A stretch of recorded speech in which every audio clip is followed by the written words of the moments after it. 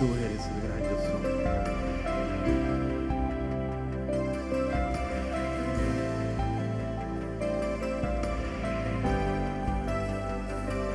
Su voz calma tormentas, destruye tinieblas, la voz de Jesús. Su amor levanta al caído, camina conmigo, el amor de Jesús. Mi Dios todo lo puede, su poder hoy se mueve, nada imposible para mi Señor. Mi Dios vive por siempre, Él es suficiente, milagros hoy suceden, Él está aquí.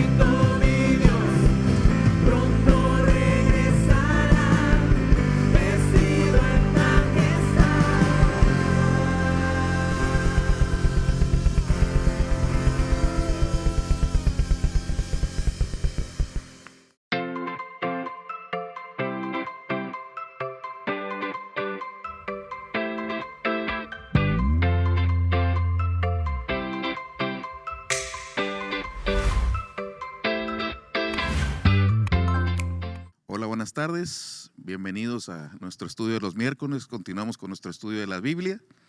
El día de hoy vamos a ver primera y segunda de Tesalonicenses. Primeramente, pues bienvenidos, esperemos que sea de mucha bendición esta plática y vamos a elevar una oración a nuestro Señor. Bendito Padre, Señor, bendecimos tu nombre, Señor, te agradecemos la oportunidad, Señor, de estudiar tu palabra. Te damos gracias porque la dejaste para nosotros, Señor. Te pedimos que toques cada mente, cada corazón y que reciba lo que tú tienes para cada uno de ellos.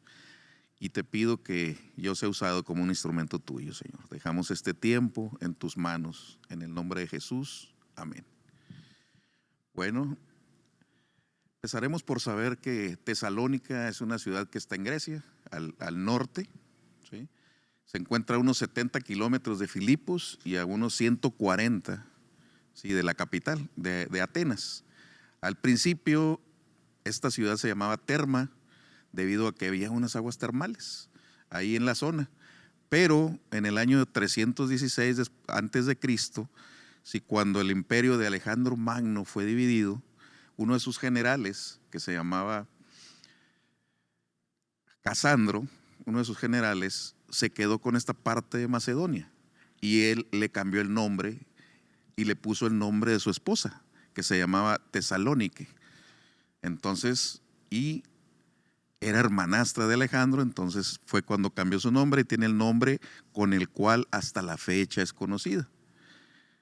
Sí, la ciudad aún existe, como les decía, y tiene alrededor de 325,000 habitantes y es la segunda ciudad más importante de Grecia, solo detrás de la capital, que es Atenas.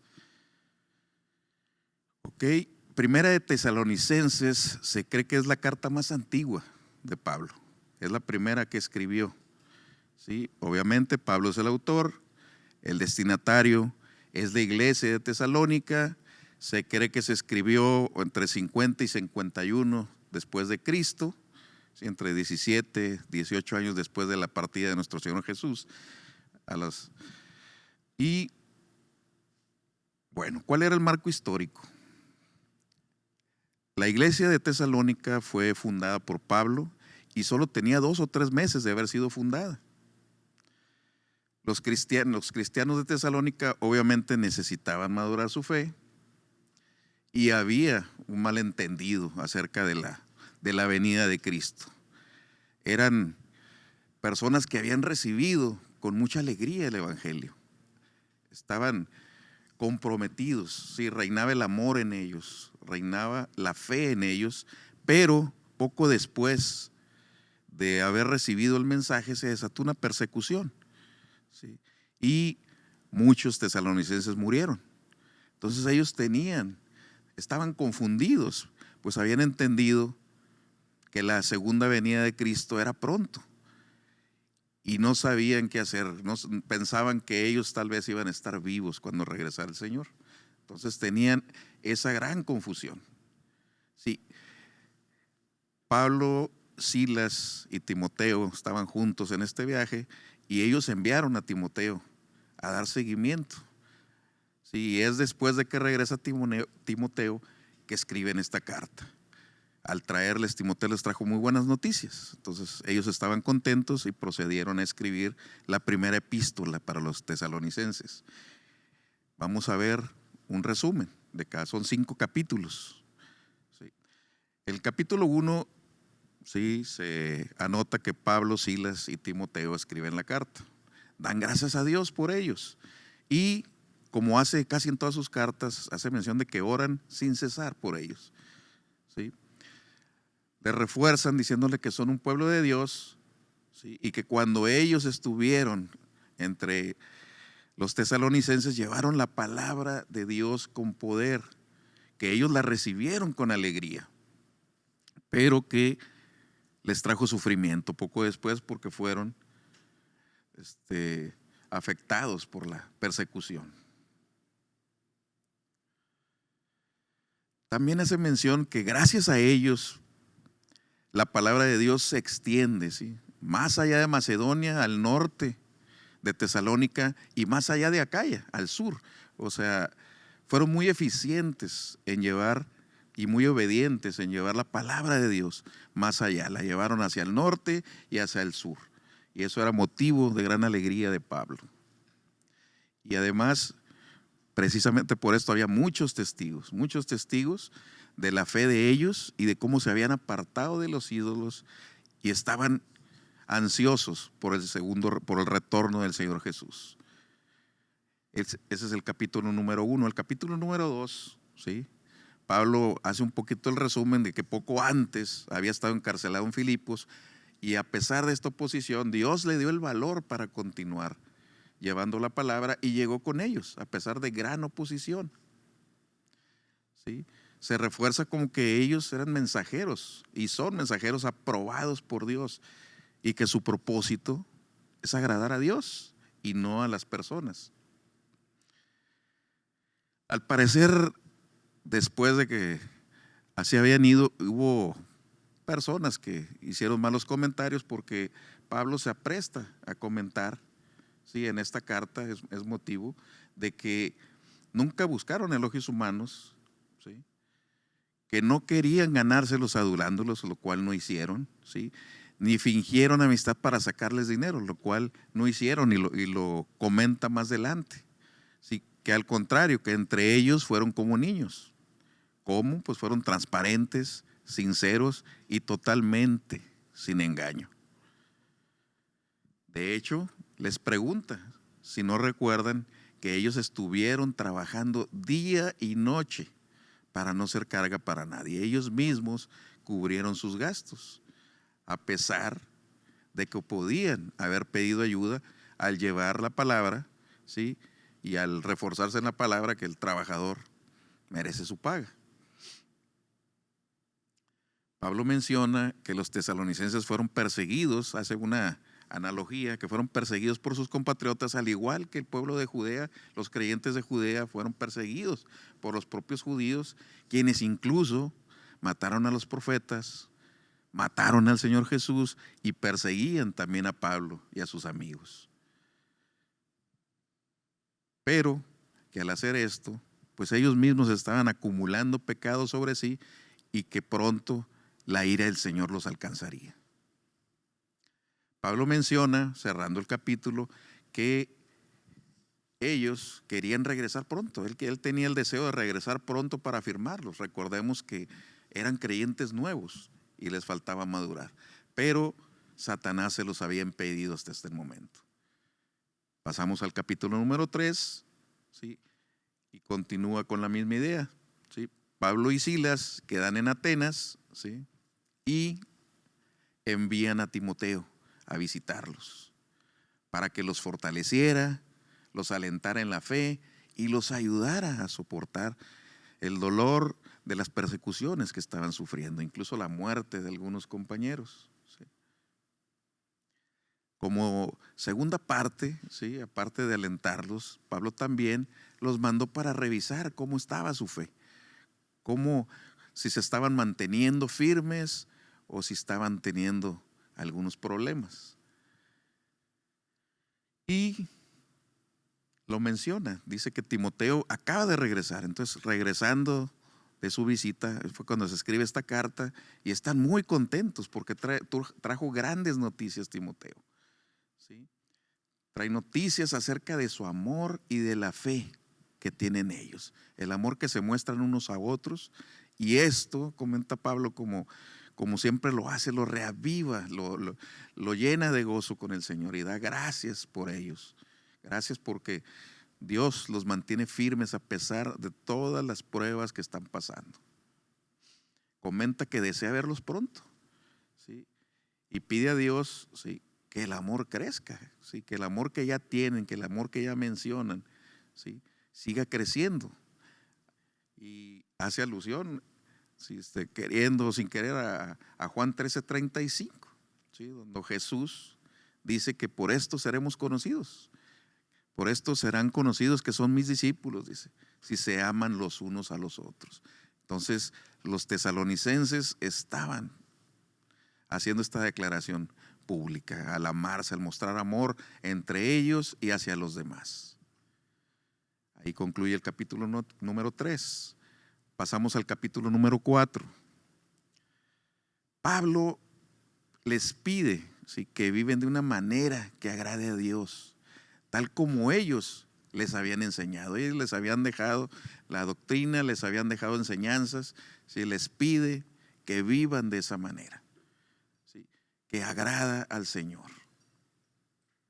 Y refuerzan esto dándoles indicaciones de la voluntad del Señor, ¿sí? Dice que sean santos, que nos permanezcamos santos como el Señor es santo, que se alejen de todo pecado sexual, que controlen su cuerpo.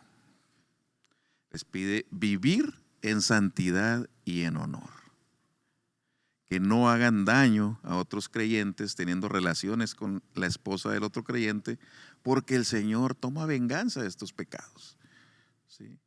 Nótese que había muchos problemas y también de tipo sexual, y Pablo no quiere dejarlos pasar por alto. Y cierra esta parte que quien desobedece estas reglas está rechazando a Dios. Entonces les pide encarecidamente que sigan, ¿sí?, que sigan esto que les pide. Resalta de nuevo, ¿sí?, Pablo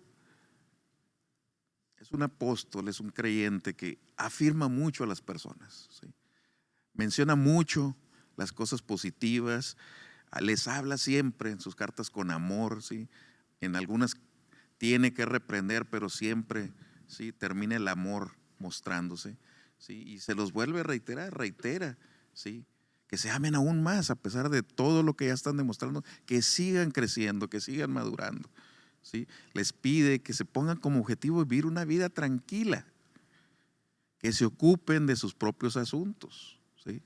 O sea, sin chismes, sin estar hablando de los demás, ocúpense de sus propios asuntos, que es una recomendación que incluso hoy en día es muy válida. Que trabajen con sus manos. En esa época se trabajaba con las manos. Entonces les pide que trabajen con sus manos, pues esto les va a traer dos beneficios. Número 1, los no creyentes van a respetar su modo de vivir, cómo se comportan, cómo aman, cómo viven, y que trabajan, que son respetables, y aparte no tendrán que depender de otros. Al ellos, ¿sí?, trabajar y obtener, ¿sí?, los medios para sobrevivir, no tendrían que depender de otros. Ahora toma uno de los temas principales, que es la resurrección, pasa al tema de la resurrección, de la segunda venida de Cristo, que era algo que les preocupaba a los tesalonicenses, ¿sí? Les dice que Él quiere que sepan qué es lo que va a suceder, ¿sí?, con los creyentes que ya murieron, y todo esto buscando su consuelo, todo esto trayendo una revelación a ellos, ¿sí?, y pidiéndoles que ellos no estén tristes como aquellos que no son creyentes, porque ellos no tienen esperanza, pero nosotros, ellos como creyentes, debían tener esperanza. Menciona que al creer firmemente que Cristo murió y resucitó, también creen que Jesús va a volver, ¿sí?, y traerá consigo a los creyentes que hayan muerto. Les menciona que el Señor mismo, ¿sí?, descenderá del cielo con grito de mando, con voz de arcángel y con el llamado de trompeta de Dios. Y dice, primeramente los creyentes que hayan muerto en el Señor se levantarán de sus tumbas, ¿sí?, y después los creyentes que aún estén vivos serán levantados, serán arrebatados en las nubes para encontrarse juntos, creyentes muertos, creyentes vivos que habían muerto pero están resucitados, los creyentes muertos, para encontrarse juntos con el Señor en el aire, y entonces estaremos por siempre con Él. Sabiendo por lo que están pasando, sabiendo las tristezas que están compartiendo, les pide que se animen unos a otros con estas palabras, que se reafirmen, que recuerden esta enseñanza que les traerá consuelo. Entonces pide que la compartan con aquellos que no le escuchen directamente. Pasamos al capítulo número 5, que es el último de esta primera epístola, ¿sí? En el cual, continuando con el tema de la segunda venida de Cristo, él dice que no hay necesidad de escribirles acerca de cómo y cuándo sucederá esto, ¿sí? Y les hace mención solamente que va a llegar de manera inesperada, como ladrón en la noche, ¿sí? Que es como sabemos, que no hay, nadie sabe en este mundo a qué hora será. Entonces les dice que cuando la gente diga que todo está tranquilo y seguro, entonces va a suceder. Es la única pista que les deja, ¿sí? Les asegura que debido a que ellos, los tesalonicenses, tienen conocimiento de esto, no serán sorprendidos cuando el Señor venga. Y está seguro porque Él piensa que los encontrará trabajando, ¿sí? Como creyentes fieles, ¿sí? Pide que se mantengan en guardia, que estén alertas y lúcidos, ¿sí? Protegidos, y aquí hace un esbozo por primera vez de la armadura del Señor, que estén protegidos en la armadura de la fe y el amor, y con el casco de la salvación. Les vuelve a recordar una vez más cómo Cristo murió por nosotros, para que estando muertos o vivos cuando regresen, podamos vivir por siempre con Él, ¿sí? Una vez más les pide alentarse unos a otros y edificarse unos a otros con estas palabras. Pablo, como casi siempre lo hace, al finalizar sus epístolas, le tiene unos consejos finales, ¿sí? Les pide honrar a los líderes en la obra del Señor, ¿sí? Un consejo muy apropiado para nosotros aún en estos tiempos, que deben tenerles mucho respeto y que les demuestren el amor de todo corazón por la obra que están realizando. Debemos apreciar a nuestros maestros espirituales, a nuestros pastores, a nuestros maestros que nos enseñan la palabra del Señor. Pide que vivan en paz unos con los otros. Recordar que Jesús, ¿sí?, ama al pacificador, nos llama a ser pacificadores, ¿sí? Al parecer, en esta iglesia, en esta congregación también había problemas, y uno de los problemas era, al parecer, que había gente perezosa. Pide que amonesten a los perezosos, ¿sí? Pide que alienten a los tímidos. También pide que cuiden con ternura a los débiles, ¿sí? Les pide ser pacientes con todos, ¿sí? Así como debemos ser nosotros, debemos que ser pacientes con todos, que estemos siempre alegres y que nunca dejemos de orar. Pide también, y esta petición, esta recomendación ha sido de bastante ayuda, ha sido de bastante ayuda en tiempos difíciles en mi vida, en mi propia vida, y creo que es de gran aliento para los creyentes en todas partes. Se pide que seamos agradecidos en toda circunstancia, pues es la voluntad de Dios para nosotros, los que les pertenecemos. Entonces, ¿sí?, no dice que seamos agradecidos por lo que nos está pasando, ¿sí?, sino que seamos agradecidos en toda circunstancia. En medio del problema debemos estar agradecidos y no perder nuestra vista del Señor. Debemos ser agradecidos por Él, no por la circunstancia, pero aún sabiendo que Dios hace que las cosas malas obren para bien para los que le pertenecen. Entonces esta palabra ha sido de gran aliento en momentos difíciles de mi vida. Continúa pidiendo que no apaguen el Espíritu Santo, que no se burlen de sus profecías. También pide, ¿sí?, que no crean ciegamente todo lo que reciben, sino que lo pongan a prueba, ¿sí?, que toda palabra que les sea dicho, primero la prueben contra la palabra del Señor para ver si es cierta o no es cierta. Y es algo que nosotros también tenemos que hacer en la actualidad. Que retengan lo que es bueno, que se alejen de toda clase de mal. Y por último, les ordena que esta carta sea leída a todos los demás hermanos. Él quiere que todos sean bendecidos por esto. Así concluye la primera carta a los tesalonicenses.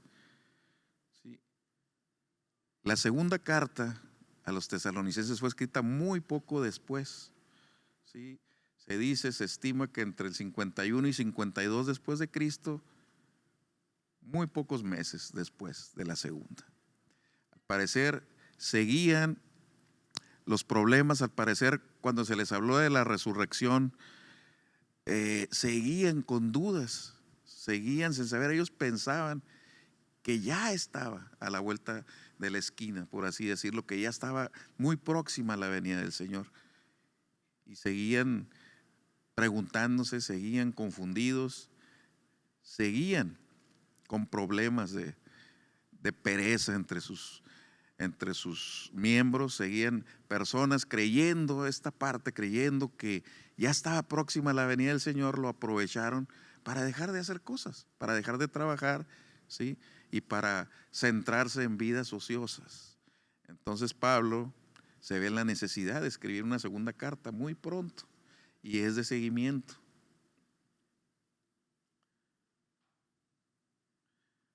El capítulo número 1, una vez más hace mención de que Pablo, Silas y Timoteo escriben la carta, están juntos escribiendo la carta, aunque Pablo es el principal escritor, lo acompañan Silas y Timoteo. Como siempre lo hace, primeramente de nuevo les da ánimo a los tesalonicenses, sabiendo las dificultades que continúan enfrentando, la persecución, ¿sí? Le agradecen a Dios por su fe y por el amor. Una vez más siguen demostrando, a pesar de tener los problemas que tienen, el amor de unos por otros y la fe de los tesalonicenses, siguen firmes, siguen fuertes y se lo agradecen a Dios. Además les comenta que él mismo, Pablo, los pone como ejemplo a donde quiera que va, como ejemplos de constancia y de fidelidad de una iglesia joven que a pesar de estar sufriendo privaciones y persecuciones, se mantienen firmes al llamado que han tenido. Entonces, ¿sí? Son un ejemplo, los usa como ejemplo para las demás iglesias. También hace el comentario que Dios en su justicia les dará lo que merecen a sus perseguidores, que esto no quedará impune, y les recuerda que es el Señor el que paga, no nosotros mismos. Les recuerda que Dios mismo les va a brindar descanso, ¿sí? En algún momento, y traerá juicio a los que no conocen a Dios cuando el Señor Jesús venga de nuevo. Siguen orando, una vez más, siguen orando porque ellos se mantengan viviendo una vida digna del llamado. Así concluye el capítulo número 1. Hay que remarcar, esta carta es un poco más corta, solo tiene 3 capítulos, ¿sí? Entonces pasamos al capítulo número 2. Sabiendo lo que platicamos al principio del inicio de esta carta, que tienen dudas los tesalonicenses acerca de la resurrección, de la segunda venida de Cristo, ¿sí? De la resurrección de los creyentes. Él abunda un poco más tratando de darles, ¿sí?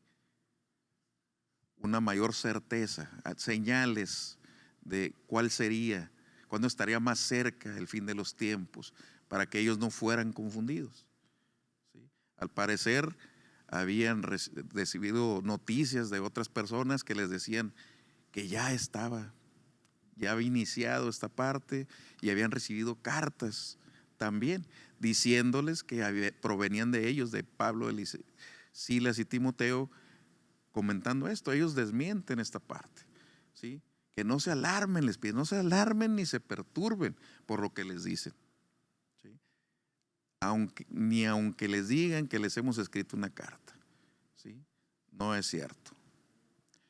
O sea, abunda sobre la segunda venida de Cristo diciendo que ese día no vendrá hasta que no haya una gran rebelión contra Dios y que se dé a conocer el hombre de anarquía, o sea, el anticristo.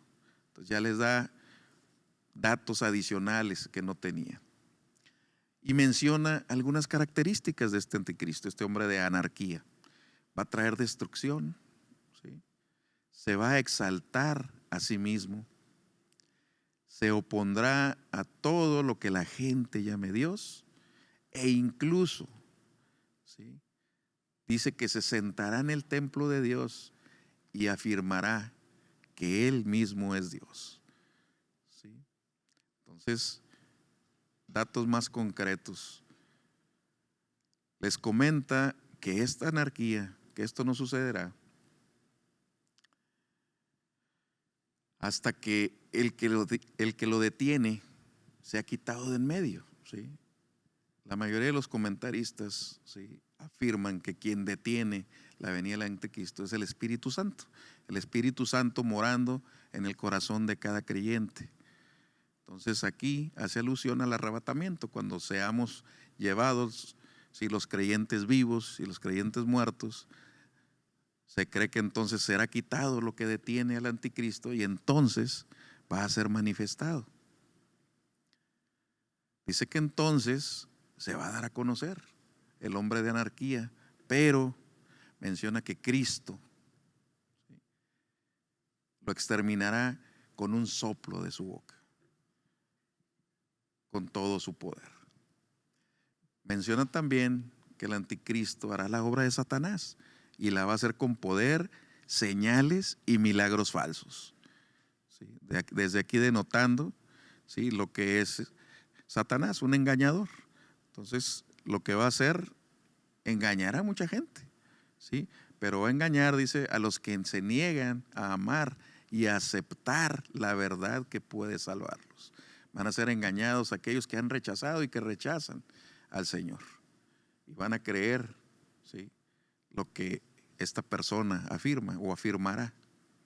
Les pide, cerrando este capítulo, que permanezcan fieles y que sigan aferrados a las enseñanzas que transmitieron en persona y en carta Pablo y sus compañeros. Manténganse fieles, no se distraigan en esto, las señales van a ser muy visibles, ¿sí? Sigan trabajando, sigan obrando en amor, sigan obrando en paciencia, sigan mostrando su fe, sigan llegando al evangelio, ¿sí? La recompensa está cercana.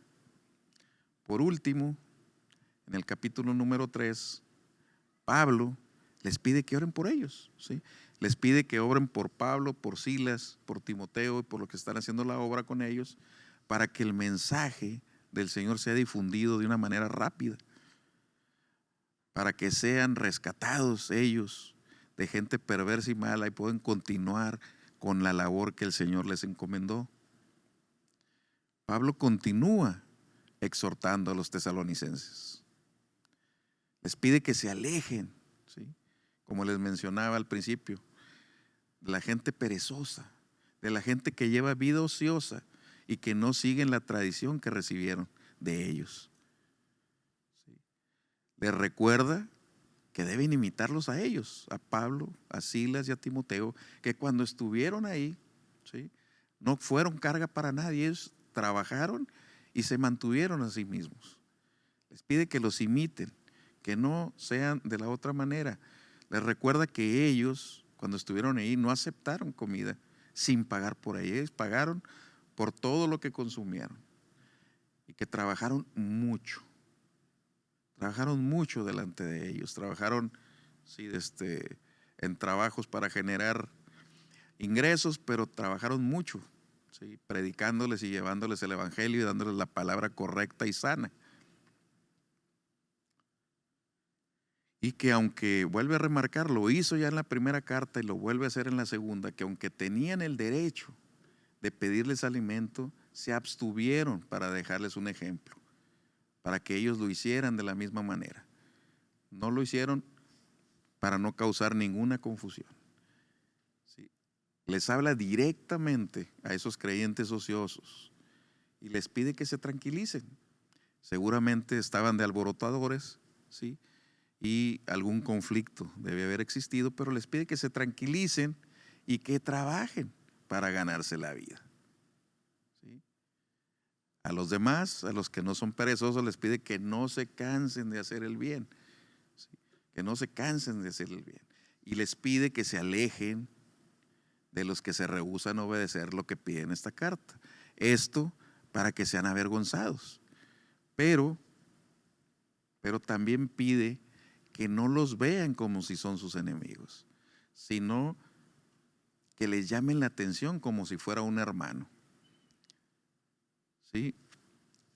Recordemos que si pasamos mucho tiempo con cierto tipo de personas, ¿sí?, pues nos pueden influir, ¿sí?, pueden cambiar, ¿sí?, nuestra manera de pensar, pueden corromper nuestra manera de pensar. Entonces les pide que no